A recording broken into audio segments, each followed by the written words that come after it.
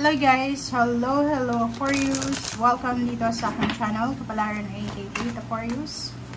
Alamin natin kung anong messages, vibration, gabay, energy para sa lahat ng Aquarius. General reading. So, dito ay titingnan natin yung first 3 months of 2025 but sisilipin lang natin yung gabay sa inyo.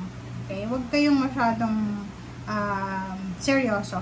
Okay? Kasi sisilipin natin. And babasahin din naman natin yung reading mo within the 3 months na yan. Okay, facade and gossip. Nako. Okay, Aquarius, be careful. Sa first 3 months of the year, posibleng ikaw ay subject ng chismis. Okay, so yun, ihanda mo ang sarili mo kasi pwedeng ikaw ay subject ng chismis. Maraming mga tao yung posibleng pag-uusapan ka. Hindi ko alam kung ano yung pag-uusapan nila kasi wala namang sinasabi dito kung successful ka ba or hindi. But ikaw yung magiging subject of chismis ng mga marites. But nakikita ko siya dito yung pasad. Sinasabi sa'yo na let go, let God, let it flow. Ignore. Pwedeng yung i-chismis dito na Aquarius is yung nagbuntis na Aquarius na walang asawa.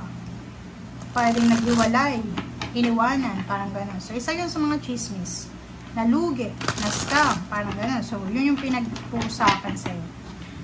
Okay. Aquarius. First card natin is Page of Water. So, yun. Within the next 3 months, magiging sensitive ka, siguro. Sobrang sensitive yung emotion mo. So, kailangan mong bantayan yung emotion mo dito. Kasi lalo na yan, i-chismis ka, ikaw yung laman ng barangay nyo or ng Facebook, ng Messenger. Hindi mo alam yon kasi ikaw yung pag-uusapan. At ayos lang yun.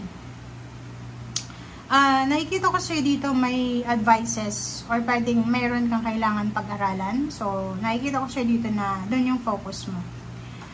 Transformation, this 3 months, marami kang marirealize. Realization, mga life-changing events.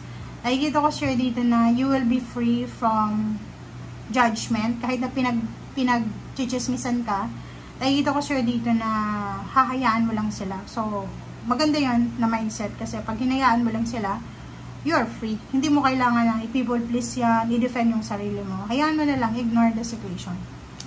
Magic.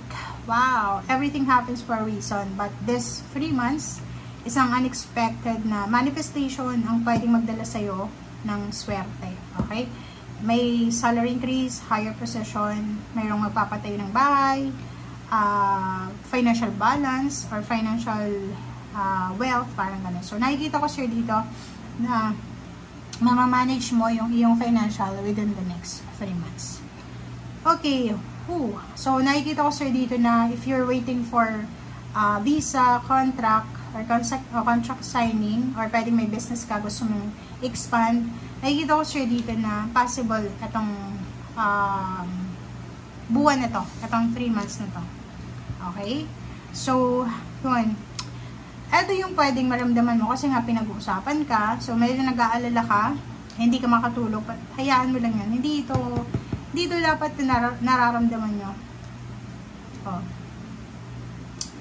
Iwasan mo yung sobrang pagtatrabaho, iwasan mo yung pagmamultitask kasi talagang may stress ka niyan.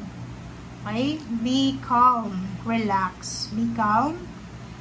Lumapit ka sa isang water sign, Pisces, Scorpion, Cancer, or siguro sa first sign, Leo, Aries, Sagittarius, para para makakuha ka sa kanila ng confidence, para isang relationship or isang trabaho, isang contract ang posibleng matatapos. So, it's a double transformation ito. So, it's a positive endings na pwedeng magdala sa'yo ng freedom or new beginnings. Wow! So, may iba sa inyo na parang gustong lumipat ng business, lumipat ng trabaho, pumunta ng ibang bansa. 2 bansa yung pinagpipilian mo or pwedeng 3, 4, 5. So, nandito tayo sa confused ka. Pwedeng by the month siya ng February and then March.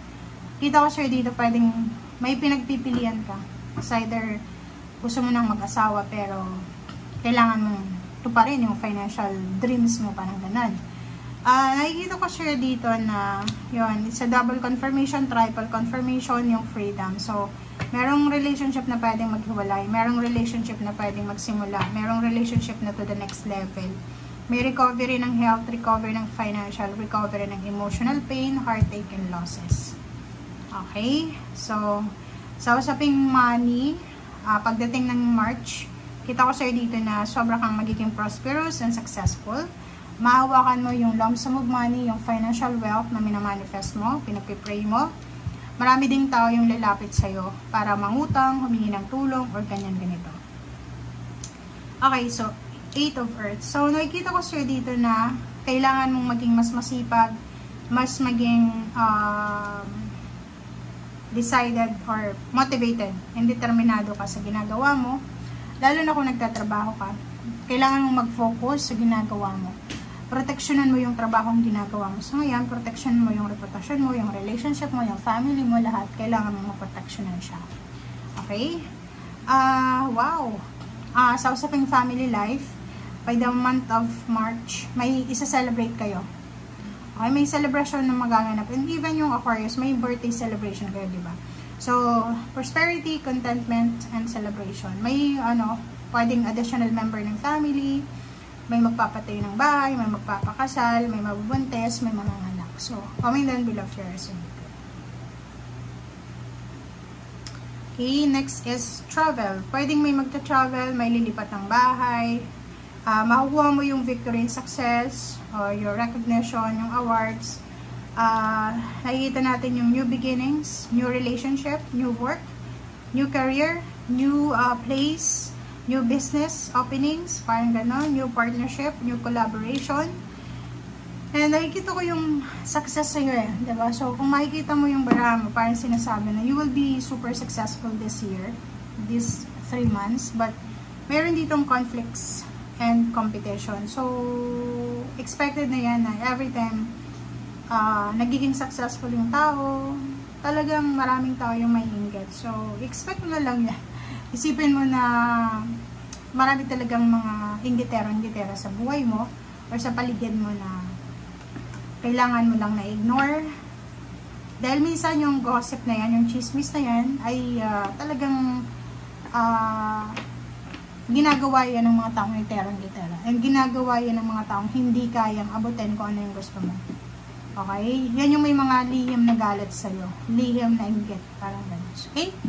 So, yun. Basta ignore mo na lang. And focus ka dito sa dami-dami mong blessings. Diba? Huwag mong bibigyan ng oras, ng panahon, ng energy.